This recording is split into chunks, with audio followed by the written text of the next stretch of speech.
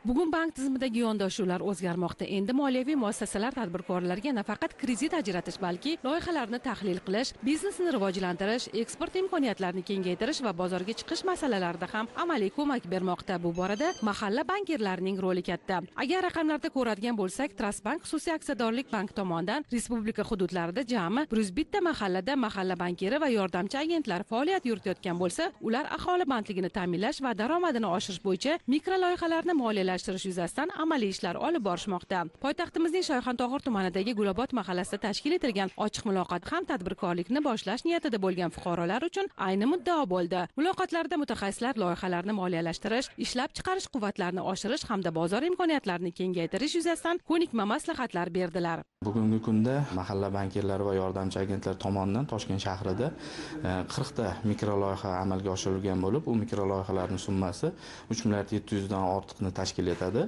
va buning natijasida 103 ta yangi ish o'rinlari yaratilib, aholini bandligini ta'minlashga erishildi va bundan tashqari hududlardagi mahallalarda mahalla bankiri va yordamchi agentlarimiz tomonidan tadbirkorlar bilan muntazam uchrashuvlar o'tkazilmoqda va bu uchrashuvlar natijasida tadbirkorlar va fuqarolarni tadbirkorlik qilishga bo'lgan imkoniyatlari o'rganilib, bu tadbirkorlikni boshlashda kerak bo'ladigan bank tomonidan barcha mahsulotlar tanishtirilib, ularda tadbirkorlik faoliyatidagi muammolar o'rganilib, joyida hal etilmoqda. Bu kabi ishlar Trustbank tomonidan jadal sur'atlarda davom ettirilmoqda.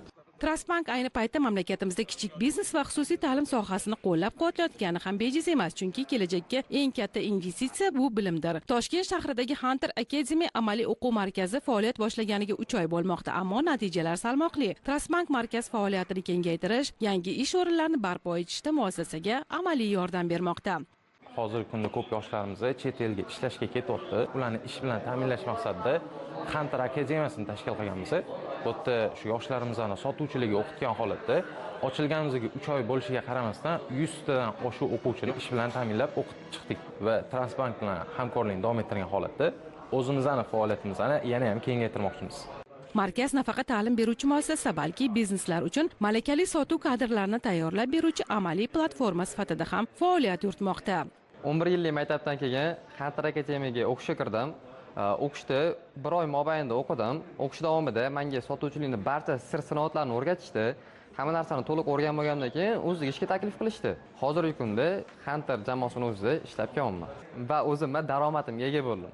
Bu kabi misollardan anglash mumkinki, bugun tadbirkorlarni qo'llab-quvvatlash faqat moliyaviy resurs ajratish bilan cheklanmaydi. Eng muhimi joyiga chiqib o'rganish, tadbirkor bilan yuzma-yuz muloqot qilish, real muammolarga tezkor yechim topishning eng maqbul yo'lidir. Zero Trustbankning asosiy maqsadi ham siz-u bizga yaqinroq bo'lishdir.